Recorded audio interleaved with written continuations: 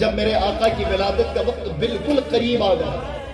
تو قریب ولادت کے وقت حضرت آمنہ فرماتی ہیں کہ لمبے قد کی عورتیں میرے گھر آتی اور آنے کے بعد مجھے مبارکبادیں دیتی۔ جب میں ان سے پوچھتی کہ آپ کون ہو تو وہ عورتیں کہتی کہ اے آمنہ ہم تمہاری خادمہ ہیں۔ اب وہ عورتوں سے جب ان کا نام اور ان کے اسم کو دریافت کیا جاتا تو وہ عورتیں جواب دیتی کہ اے آمنہ سنو، کوئی کہتا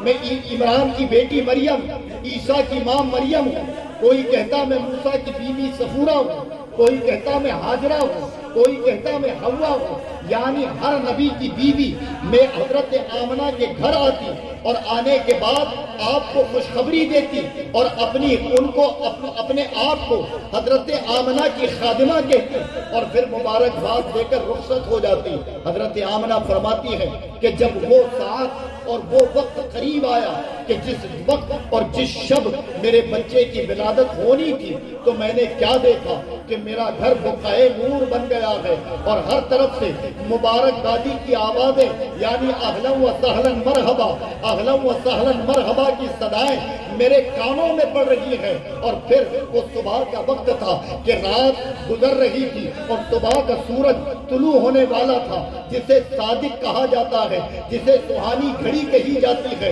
جس گھڑی کے لیے ہمارے امام عشق و محبت نے کہا ہے جس سہانی گھڑی چمکا طیبہ کا چاند اس دل افروز ساعت پہ لاکھوں سلام۔ جب وہ مبارک گھڑی آئی تو پھر میرے بچے کا تولد ہوا اور جب ان کی ولادت ہوئی تو عام طور پر جب بچے پیدا ہوتے ہیں تو گندگی ہوتی ہے، خون ہوتا ہے، لیکن جب میرا بیٹا پیدا ہوا تو میری نگاہوں کے سامنے ایک نور برپا ہو گیا کہ مجھے کچھ نظر نہیں آیا، اور جب وہ نور چھٹا تو میں نے دیکھا کہ بالکل صاف صفائی ہے۔ اور میرا بیٹا جب دنیا میں پیدا ہوا ہے تو بچے پیدا ہوتے ہیں روتے ہوئے، بچے پیدا ہوتے ہیں بلبلاتے ہوئے، لیکن جب یہ پیدا ہوئے تو حضرت آمنہ فرماتی ہے کہ ان کے گھٹنے زمین پر تھے اور سر پیشانی زمین پر تھی، انگلی آسمان کی طرف اٹھی تھی۔ میں سمجھ تو نہیں پائی، لیکن جب بعد میں ان کے مقام کو دیکھا گیا تو اس وقت پیدا ہوتے ہی آپ سجدہ ریز ہو کر یہ بتا رہے ہیں کہ خدا ایک ہے اور اسی نے مجھے اس دنیا میں مبعوث فرمایا ہے۔ حضرات محترم، میرے نبی کی آمد ہوئی تو آپ ختنہ شدہ اور ناف بریدہ تھے، یعنی پیٹ سے جو ماں کہ پیٹ سے بچے کا نلا جڑا ہوتا ہے، آپ کا نلا کٹا ہوا تھا، ناف بریدہ اسی کہتے ہیں کہ الگ، اور ختنہ شدہ تھے کہ آپ کا ختنہ بھی کسی نے نہیں کیا، آپ ماں پیٹ سے ختنہ شدہ دنیا میں تشریف لائے اور دنیا میں بچے روتے ہوئے آتے ہیں، لیکن جب امام الانبیاء تشریف لا رہے ہیں تو روتے ہوئے نہیں بلکہ مسکراتے ہوئے تشریف لا رہے ہیں۔ اور اس کی وجہ کیا ہے؟ جب آ گئی ہے جوش رحمت پہ ان کی آنکھیں جلتے بجھا دیے ہیں، روتے ہنسا دیے ہیں کہ یہ دنیا ہنسنا بھول چکی تھی، لیکن جب امام الانبیاء تشریف لائے اور آپ کا مسکرانا تھا کہ پوری دنیا نے مسکرایا، اور پھر آپ کی ولادت صرف ایسے ہی نہیں بلکہ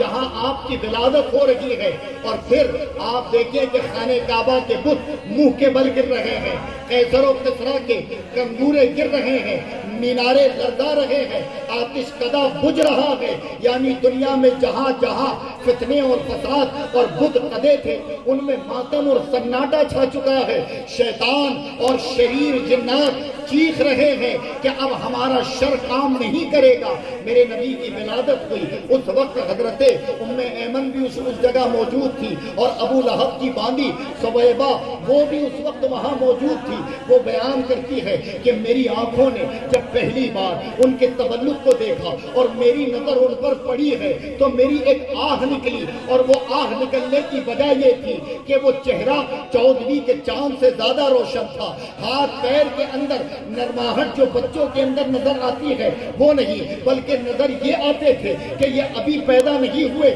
بلکہ رب نے انہیں تندرستی کے ساتھ ایک سانچے میں ڈھال کر ماں کے پیٹ سے دنیا میں لایا ہے۔ یعنی ایک بڑا طویل خطبہ وہ بیان کرتی ہیں ام ایمن، ان کا بیان ہے کہ جب میری نظر پڑی تو اس وقت میں انہیں دیکھی تو میری میری آنکھوں میں یہ تاب نہیں کہ کچھ دیر لگاتار ان کے چہرے کو دیکھ سکوں، اس لیے کہ چہرے کی وہ شعائیں جب میری آنکھوں میں پڑتی تو میرے اندر یہ طاقت نہ ہوتی کہ ان کے چہروں پر، ان کے چہرے سے اپنی آنکھ کو لگا کر رکھوں، بار بار مجھے اپنی آنکھیں جھپکنا پڑتا۔ حضرات یہ حال میرے آقا کی ولادت ہوئی، پورا کمرہ بقعۂ نور بن گیا۔ پھر حضرت آمنہ فرماتی ہیں کہ میں نے دیکھا کہ اچانک میرا بیٹا میری گود سے غائب ہوا،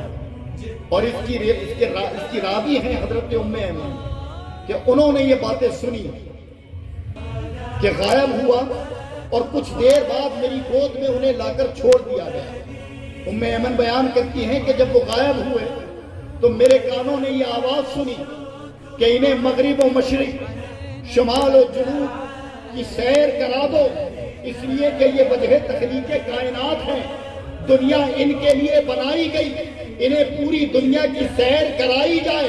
بس چند لمحوں میں پوری دنیا کی سیر میرے نبی کو کرائی گئی، اور وجہ یہ تھی کہ صرف آپ مکہ کے لیے رحمت بن کر نہیں آئے تھے، اہل عرب کے لیے آپ نہیں آئے تھے، بلکہ ساری کائنات کے لیے آئے تھے۔ تو رب نے آپ کو ساری کائنات کا دیدار کرایا۔ وہ گھمانے کا مقصد کیا تھا؟ مقصد صرف یہ تھا کہ محبوب لو دیکھ لو دنیا میں کتنا ظلم ہے، کتنی زیادتی ہے، لوگ کتنے ترس رہے ہیں، کتنے تڑپ رہے ہیں، ان پر نظر ڈالو اور ہر کسی کے غم کو دور فرما دو۔